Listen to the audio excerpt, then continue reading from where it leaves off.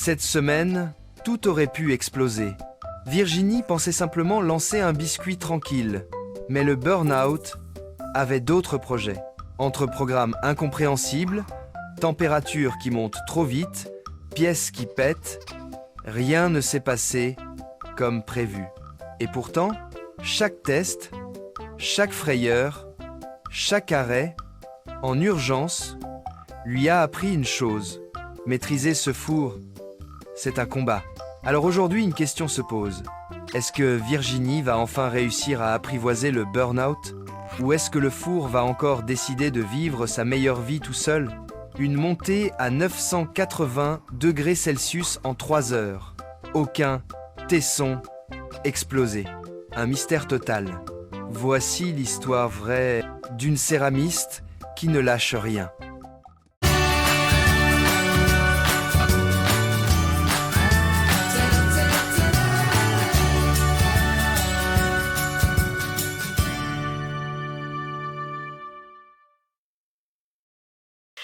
Bonjour tout le monde, bienvenue à vous dans cette nouvelle vidéo spéciale CAP céramique et cette semaine on va s'occuper du four et peut-être d'autres choses.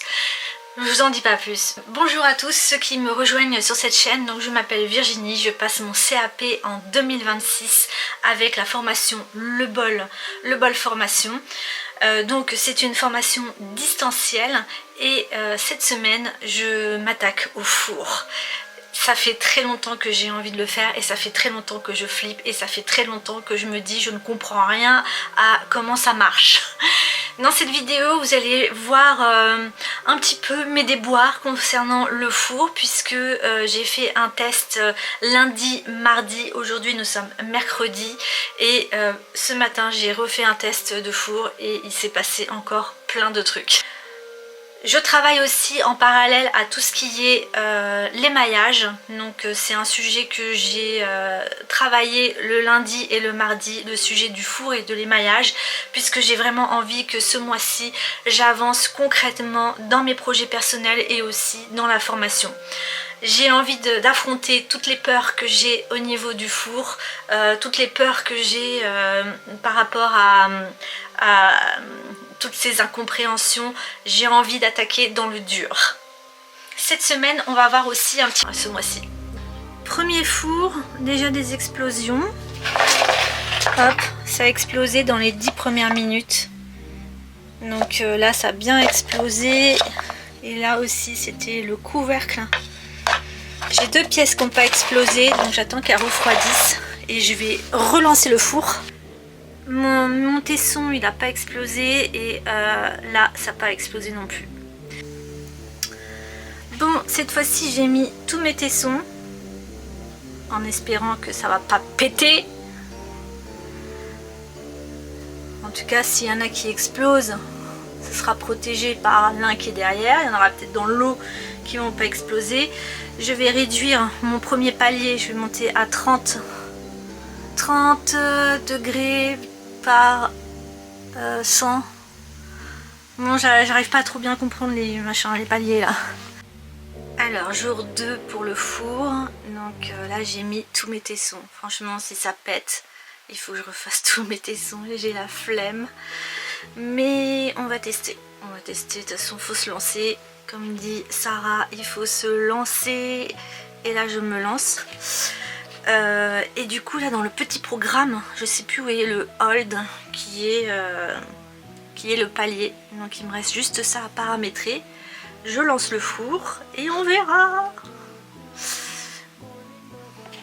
Donc déjà ici il faut que je visse la porte. Il faut que je visse la porte. Voilà, il faut que je visse la porte pour que ça soit bien fermé. Et ça, il faut que ça soit fermé. Ça sert à rien apparemment de laisser ouvert. Jour numéro 3 du four. J'ai toujours pas lancé le four.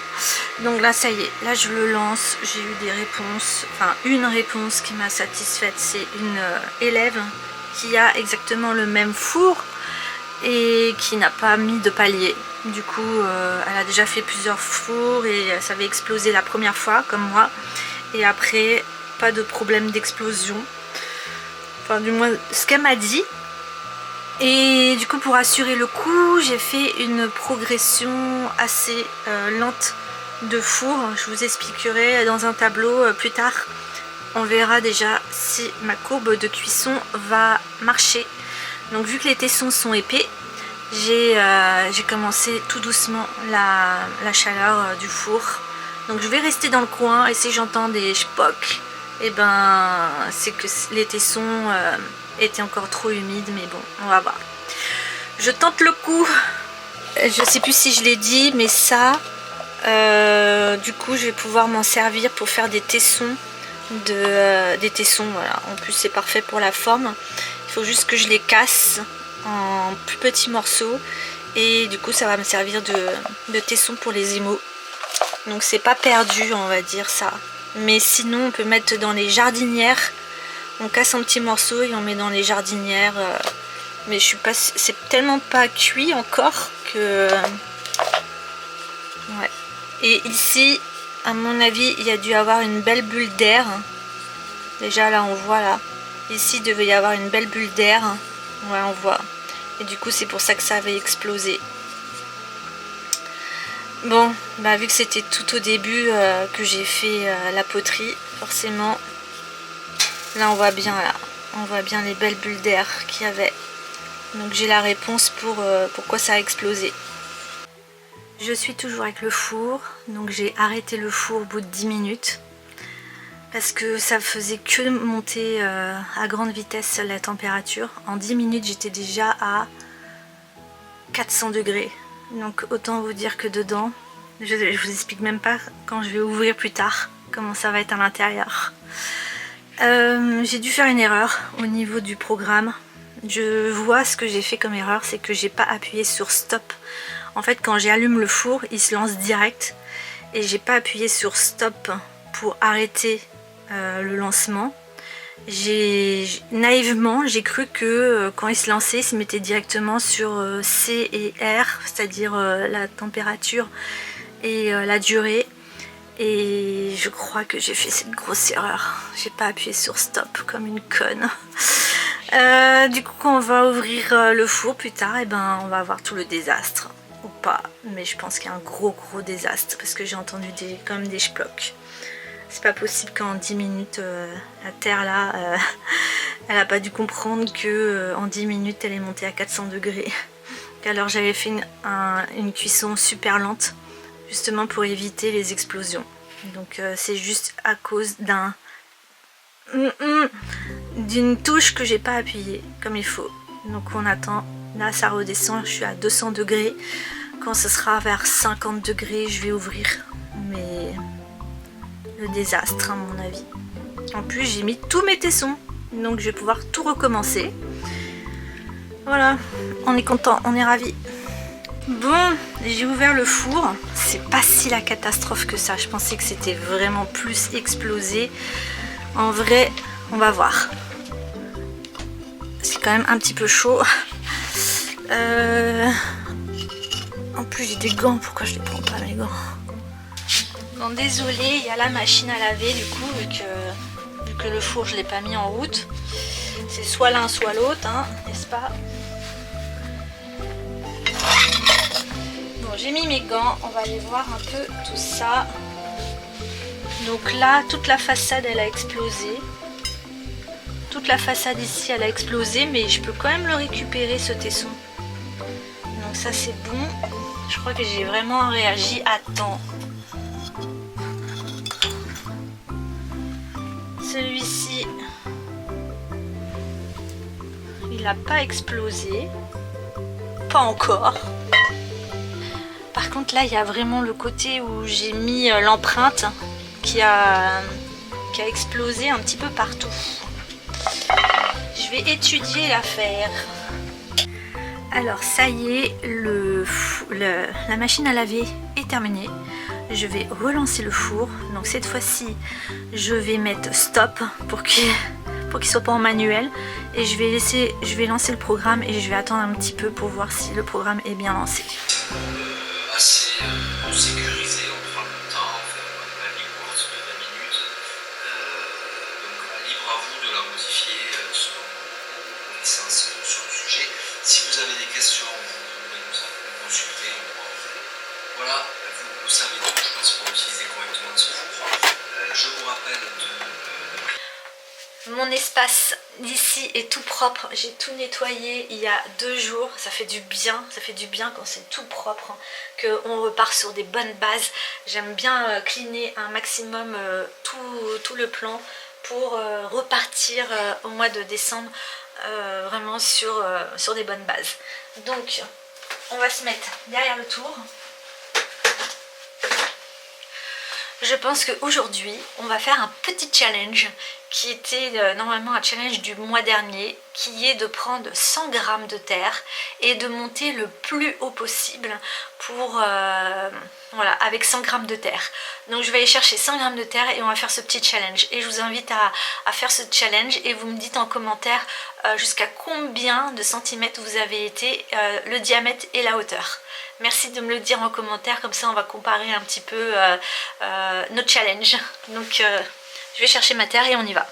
Voilà à quoi ressemble 100 grammes de terre, c'est vraiment tout petit. Donc là on va essayer de monter un petit cylindre de 100 grammes de terre. J'ai hâte de voir jusqu'à combien je peux aller. Donc je pense que je vais faire un diamètre super fin et je vais vraiment y aller avec mon petit doigt pour aller le plus haut possible.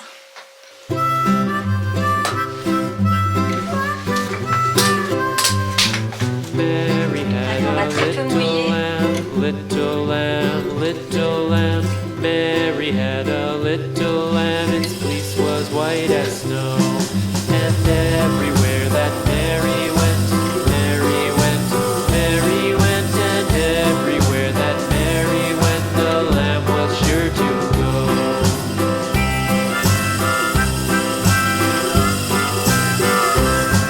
It followed her to school one day, school one day, school one day. It followed her to school one day, which was against the rules.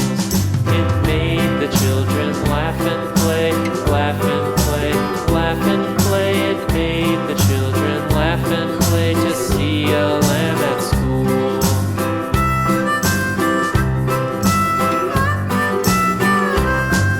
And so the teacher turned it out, turned it out, turned it out. And so the teacher turned it out, but still it lingered near, and waited patiently about, and waited patiently about till Mary did appear.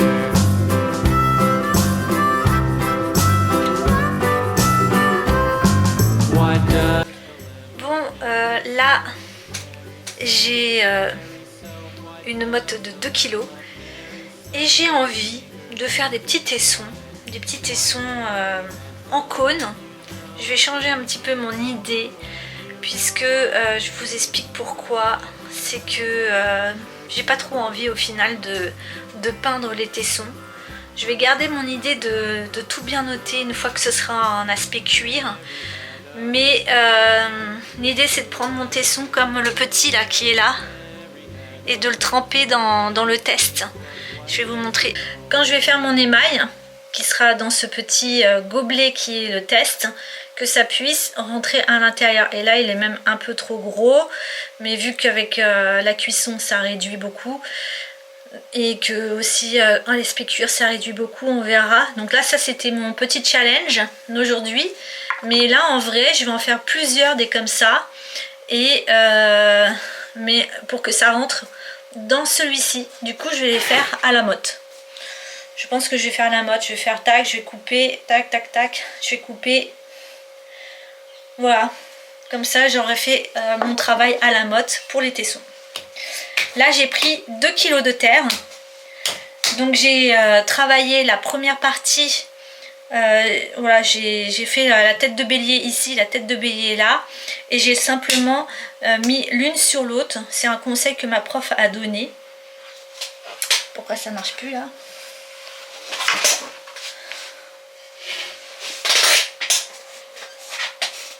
Hein? Pourquoi ça marche? Putain, vous me faites peur aujourd'hui là, les machines. Donc je vais peut-être mettre quand même un tablier parce que je risque d'en avoir partout sur moi. Voilà, du coup je vais faire plein de petits tessons, des tout petits cylindres. Voilà.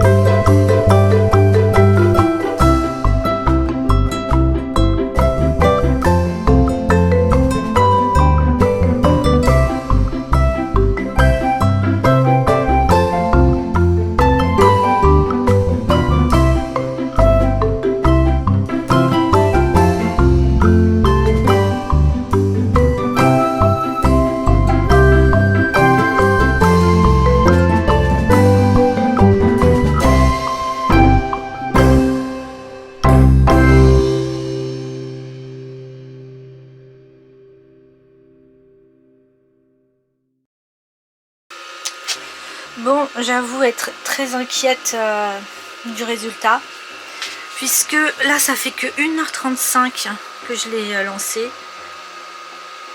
En vert, il indique 907 et à l'intérieur du four on est déjà à 795 degrés.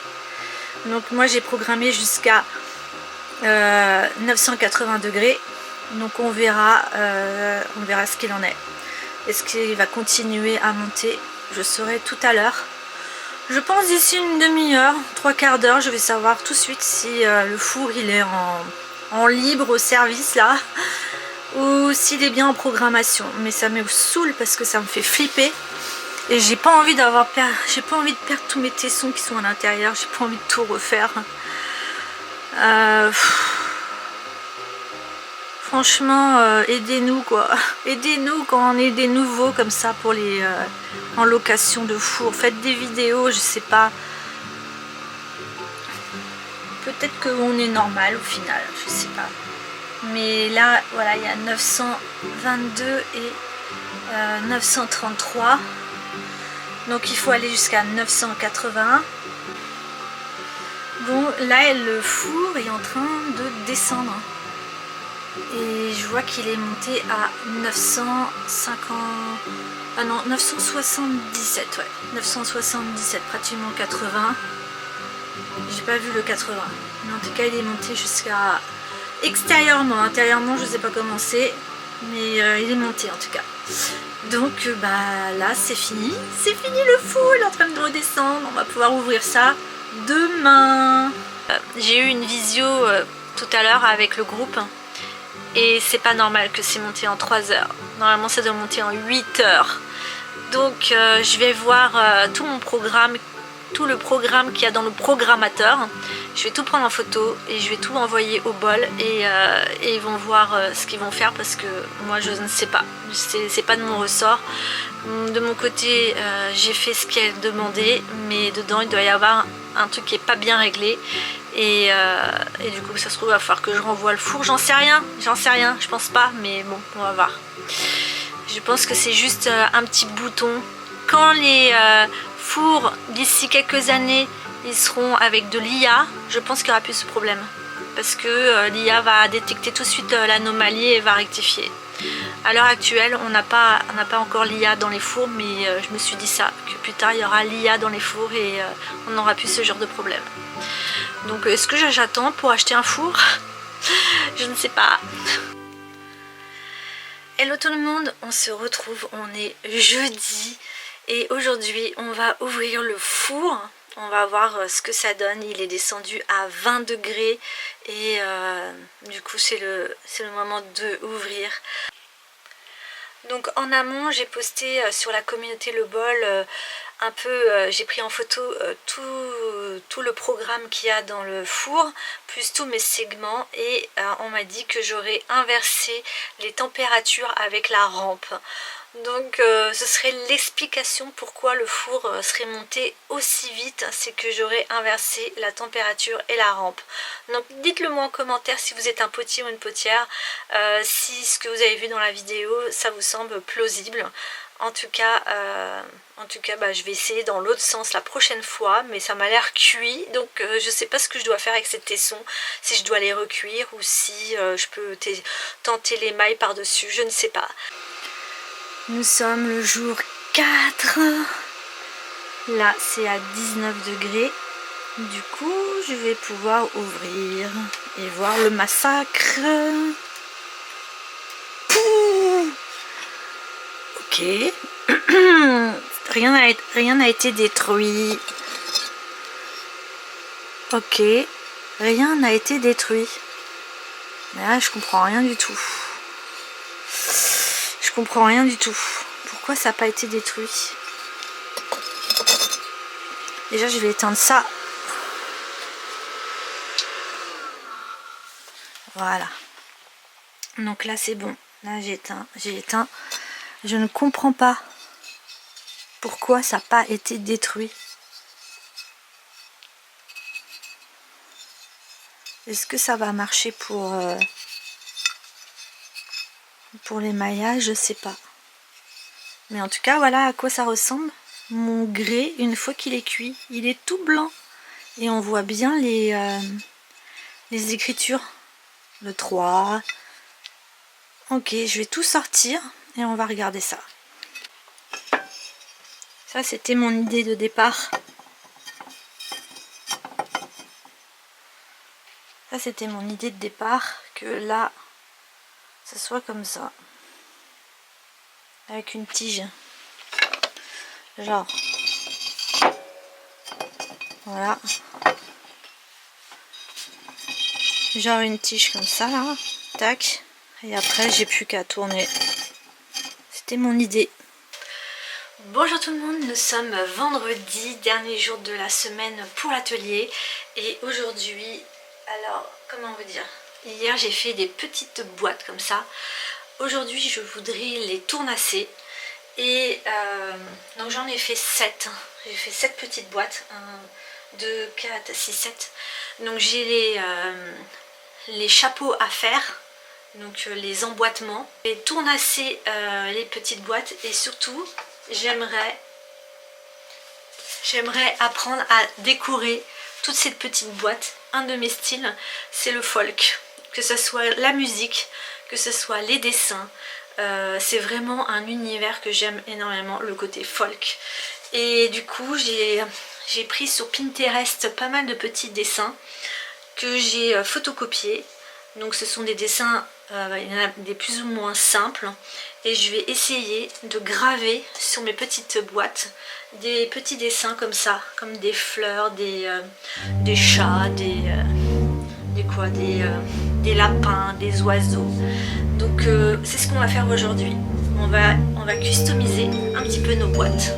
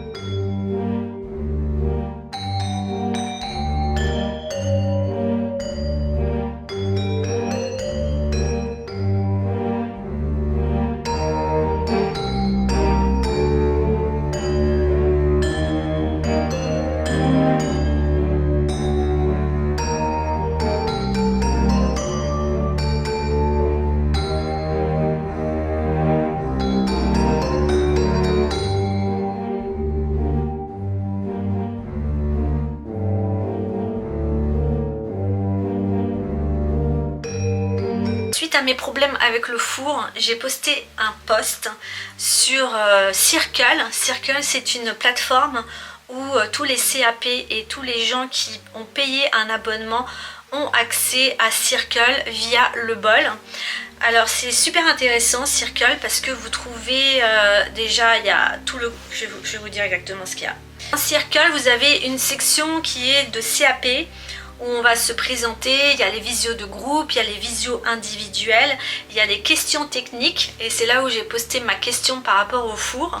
J'ai posé une question sur la question technique du côté CAP sur Circle et elle m'a donné un tableau Excel de toutes les courbes de four. Elle m'a fait un fichier Excel pour que je puisse faire ma courbe de four et elle m'a expliqué où était mon erreur. J'ai fait un post en indiquant toutes les...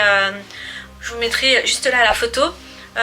Donc j'ai mis toutes mes courbes de cuisson plus le programmateur interne en photo.